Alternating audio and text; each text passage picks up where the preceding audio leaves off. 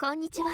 今回から作品が変わって、ソニック&オールスターレーシングトランスフォームドをやっていきます。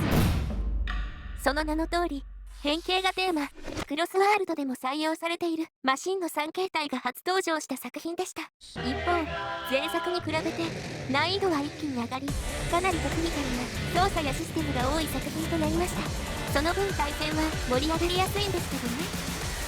今回はコースやミッション総数に対してキャラが多すぎるため、ほぼ全て攻略します。また全てのコースで変形が全部見れるわけではないので、短めのミッションで挟んだりして、そこら当たりはうまくやります。前もってお断りしておくのですが、動画が長編になりすぎる問題があるため、セガと関係ないか、あっても関係が薄い PC 版の一部リストキャラは紹介をしない予定です。希望がある場合はコメントいただければ、時間が余った際に制作を考えます。また本作には日本語版が存在し、一部キャラは日本版の声優が吹き替えています。そのためコースを全て紹介するまでは日本語版かつ吹き替えのあるキャラ優先、終わり次第日本語版にない要素もある英語版に切り替えます。ちなみに今見ているオープニングムービーは吹き替えがありません。そんなにセリフがないからおそらく省略されたんでしょう。登場人物こそ変わりましたが、ソニックがエッグマンに体当たりして逆転勝利という展開は前作と同じなんですよね。またこの後聞けますが、日本語版のナレーションは三吉拓信さんが担当してます。セガのゲームやイベントできっと聞いたことがある声です。ソニック&オールスターレーシングトランスフォームド、この声ですね。ソニック関連だとマニアのタイムアタックや対戦でキャラ選んだ時の読み上げ、ゴールした時とかに喋ってます。また発表はまだですが、体験版で聞いた漢字クロスワールドのメタルハーバーのボーカルも担当していると思います。さて記念すべき最初のキャラはもちろんソニックです。前作と違いスピードが高く、ブーストは低め、ハンドリングが意外と高いので思ったよりかは使いやすいです。カスタマイズは各キャラにありますが、ソニックはいずれもスピードが高い特徴があり、タイムアタックとかでも重宝します。コースはオーシャンパレス。ソニックの第1コースでは約束されたシーサイドヒルですね。2分岐の道の地上ルートを2周した後、海上走行で1周するコースとなっています。ちなみに海外版の名称はオーシャンビューです。日本語でも次出るときは海外版の名称になっています。ロケットスタートは今回画面の暗転に合わせて押すだけで3段階までチャージ可能。簡単なので覚えておきましょう。さて最初の分岐ですが、左が岩が転がってくるけど短め、右エリアが障害物がなくルートを走る遠回りです。紹介も兼ねて右に行きます。 CPU は右にほぼ来ないので安全に走れるメリットがあります。空中ではトリックのチャンス。今作ではスティックを倒した方向に移動するので位置調整も可能です。他の作品と違うところはある程度間を空けずに連続で入れてしまうとミスとなって着地時ブーストがかかりません。連続で入れすぎないように注意。1周目でも可能ですが、スタート地点からまっすぐ進むと浮いている足場が、これをたどっていくと黄色いボックスがあり、中身はトリプルブーストです。このように黄色いボックスがコースの一部にあり、取れると有利になりやすいです。複数個のアイテムはアイテムボタンを短く押すと1つ使用、長く押すとパワーアップして使えます。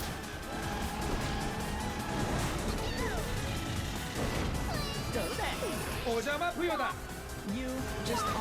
お邪魔ぷよにぶつかりました。設置系トラップですね。ダメージを受けた際にブーストがあれば使えばリカバリーブーストといって硬直を軽減できます。3周目は水上です。この作品ではボートになってもほぼ操作が変わりません。自力でジャンプできない代わりにジャンプ台が多いです。乗り損ねると障害物になるので注意したいですね。巨大ロボットは左側を通りましょう。動きそうですが妨害もしてきません。左右に分岐となります。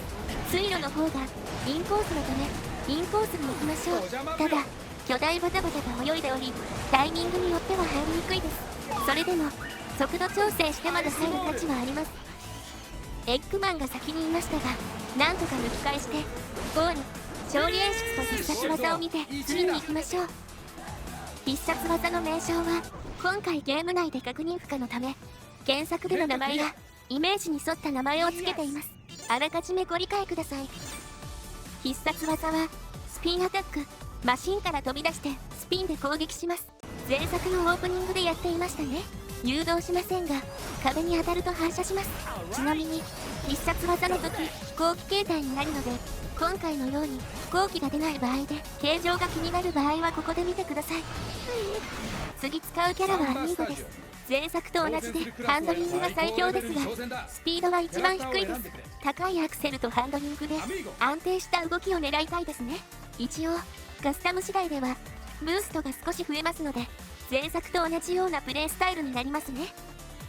レースではあまり強くない方なのですが、このとにかく速度が安定する性能のおかげで他のミッションとかではかなり活躍します。コースはサンバスタジオ3周同じ場所を走り、分岐は2カ所程度で前作に近いような構成ですね。走る場所が変わらないおかげでオーシャンパレスよりも親切な感じがします。今回は解説が少なめで済みそうなので、このゲームのバランスとかについて話しましょうかね。ネット対戦を含め前作に続き同キャラ対戦不可ですが、ソニックとシャドウのようにほぼ同じステータスのキャラが用意されているため、前作ほど取り合いになることはなくなりました。ゲーム自体のスピードがかなり上がる。変形もあって操作が複雑。トリックにも大きなペナルティが追加とかなり操作難易度は上がりました。さらにアイテムにもただ使っただけだとデメリットになり得る効果もち、アイテムの存在やブーストダッシュをアラートに合わせると誘導切りができるとかなり攻防が複雑化しました。はっきり言うとゲームが苦手な人にはちょっと厳しいと思います。ただゲーム難易度を下げるとゲームスピードが下がり練習がしやすくなっています。苦手な人は難易度を下げて最後まで遊べると言いたいのですが、難易度を下げるとかなりの隠し要素が解禁できないといういい意味でも悪い意味でも古いゲームな感じの作りになっています。まあ個人的にご褒美のために頑張る理由がちゃんとあるのはいいことだとは思います。前作はお金で解放だったのでうまい下手関係なくとにかく繰り返し遊ぶしかなかったのも、いまいちゲーム内での上達が見えにくいと思っていたので、上手くなっていく感じがどんどん実感できるのもいいと思いますね。時間があるうちにアイテムの紹介です。グローブは前作でいうバリア攻撃を防ぐだけではなく、その受けたアイテムをもらえるというかなり強い性能です。さすがに必殺技はもらえませんが防御可能とかなり隙がない性能です。ドリフト、ブーストの仕様変更についても解説。ドリフトはボタンを軽く押し直すと切り返しができます。これでブーストを解放せずに向きを変えて継続可能。3レベルまでたまりトリックとの組み合わせでもレベルは上げられます。ただし前作と違い小怪物にブースト中にぶつかっても吹き飛ばしたりはできません。3周目なので走り方の解説です。最初は長いカーブダッシュパネルを乗り継ぎながら曲がっていきましょう。飛行機以外に変形する場合、変形中にトリックをすることでトランスフォームブーストが発生します。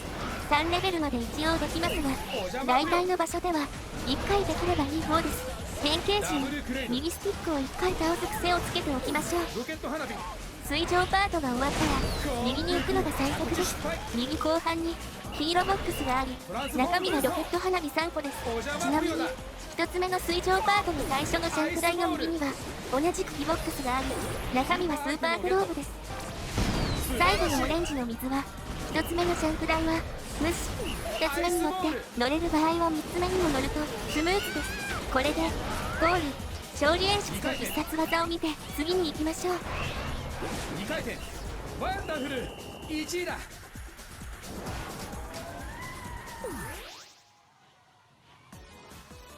イベントクリア。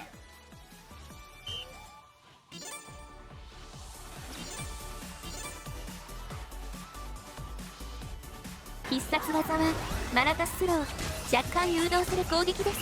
ごく普通の飛び道具で不可もなく不可もなくな性能です。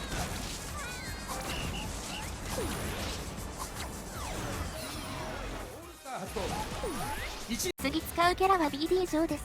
ステータスはソニックとほぼ同じです。キャラコンセプトには合っていますね。カスタムは若干ステータス配分の傾向が違うためソニックとの差別化はできています。コースはアフターバーナー、2隻の空母を行き来するコースで陸海空の全ての変形が登場します。自分である程度ルート選択する代わりに周回ごとのコースの変化はありません。原作の紹介です。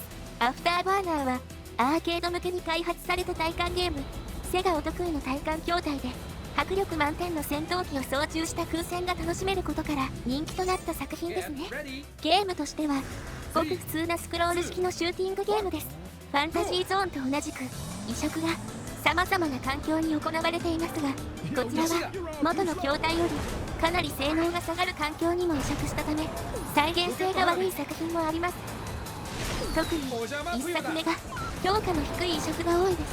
2作目は家庭用ゲームハードの性能がかなり上がった後だったためかなり移植度が高い作品が多いです。また旧時代の2作とは別に3の名を持つが実質は別のゲームのベースに作られたものと HD 画質で描かれた現状最終作のアフターバーナークライマックスが存在します。クライマックスは PS3 版を実際遊んでみたんですが、ロックオンからのミサイル発射の音や覚えてないと厳しい後半のステージとかシューティングゲームの面白さが詰まっていたと思います。おまけに曲が本当にかっこいい。これで体感型筐体もあるんですから、そっちで遊べばさらに楽しめたと思います。クリアは少し難しくても音や操作性で楽しく遊べるためおすすめですと言いたいのですが、実際の戦闘機とかも使っているライセンスの関係か現状全てのハードでのダウンロード販売が終了です。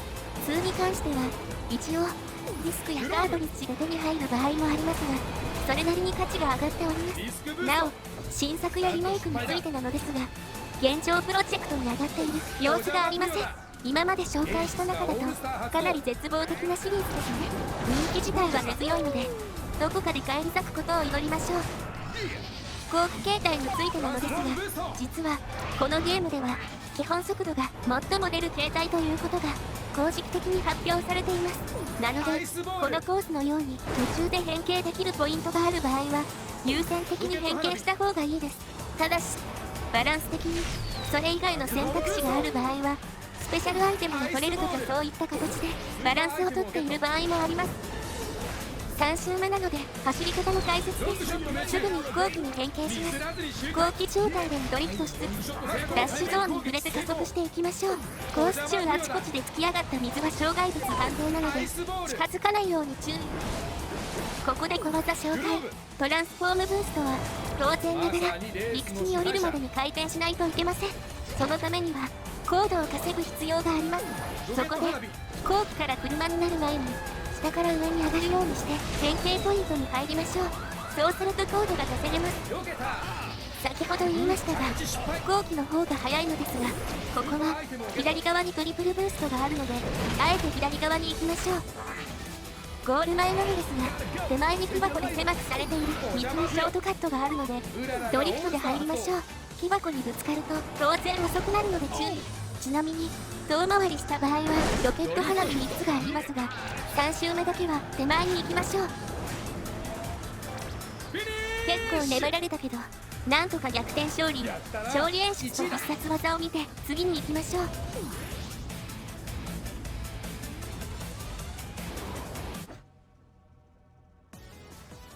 イベントクリア。Everybody's late. Where you at? 必殺技はクレイジークラクション。ボタンを押すと自分の周囲に置いた攻撃です。当てやすくはあるのですが遠距離攻撃はできないので注意。次使うキャラはウララ。ステータスがアミーゴとほぼ同じですね。ただしこちらは傾向的にカスタムで割り当てられるのがハンドリングではなくブーストの方に偏っています。アミーゴぐらいのスピードがいいけどハンドリングはそこまでいらないって人にはちょうどいいかもしれません。コースは帝国採掘場パンツァードラグーンからのコースです。3周すべて違う場所を走るコースなので今回は走り方の解説を優先。パンツァードラグーンについてはまた後ほど時間ができた時に詳しく解説したいと思います。うららといえば声優さんが謎多き人ですがこの作品の収録もきっちりしてくれたそうです。セガ公式だった気がするんですが、当時ちゃんとそのことをツイートしていました。1だ。最初は長いカーブです。しっかりドリフトを止めておきましょう。カーブの終わりで段差があるので、トリック1回を挟んでおくといいでしょう。今更ですが、スタントが公式名称なのように、これ以外の作品ではトリックとなっているため、混ぜてもややこしいだけと判断してトリックと言っています。アイテムについて解説です。ロケットエンジンはデメリット持ちのアイテム。使うと速度が上がります。時間とともにエンジンのメーターが増えていくのですが、これをレッドゾーンが過ぎるまでにボタンを押してパーチしないと減速してしまいます。また使用中に攻撃を受けてしまうとパーチ失敗と同じ特殊ダウンになるため注意。パーチできた時は周囲に攻撃できるので、できる限り相手の近くでやりましょう。またまたアイテムの紹介ですが、今受けたのがアイスボール。通常3発、スペシャルでは6発手に入りますが、シングルショットはご覧の通り少しだけ速度を落とします。この氷の状態が続いている時に3発以上当たると凍結状態になり、さらに長い時間減速します。ボタン長押しの一斉発射を当てると一発で凍結状態にできます。さて2周目ですが、この先の道が変わっていてボートで周回することになります。波が発生した時は打ち上がるので、それに合わせてトリックのチャンス。ただし小さい波ほど浮き上がる時間が短いので、あまりにも少しの場合は失敗の可能性も考えて何もしないのも手です。この先大きな波が来るので、その時は4回以上回転しましょう。ついでに今持ってたアイテムの解説。 B ラッシュは8の大群をトッププレイヤーか後ろ入力で自分の後ろのプレイヤーに押し付けます。障害物が大量に出る感じですね。地形によっては回避困難かつ距離に関係なく当てれるので強いです。回避する際速度を落としすぎると結局意味がないので、無理そうならさっさとぶつかって強引に行きましょう。3周目ですが、最初の橋が壊されて飛行機で移動となります。ここで多用していくシステムの一つ、リスクブーストを解説します。リスクブーストは障害物にぶつかる少し前にトリックを入れて機体をずらすことで発動。ブーストがその場でかかります。障害物が多い場所では連続で発動も可能で、これを使いこなさないと飛行パートで差がつきやすいです。よって飛行パートはできる限り障害物に向かって飛んでいき、それを利用してリスクブーストを出していくという流れを維持するのが有効です。もちろん苦手な場合は普通にマップを見てインコースになるように移動するのが最適です。それでも CPU 相手なら一番強い場合でも勝てるはず。あとは高度を稼ぐように下から上に向かってゲートへ直線を進むとゴールです。あとは勝利演出と必殺技を見て今回は終わりです。ご視聴ありがとうございました。チャンネル登録と高評価もお待ちしています。また次回の動画でお会いしましょう。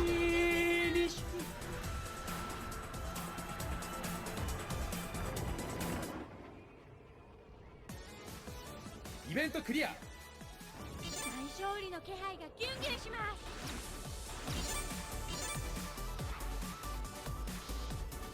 す。必殺技は中ビーム。射程はあまりありませんが3連射のビームを正面に打ちます。移動するとずれるので当てやすくなります。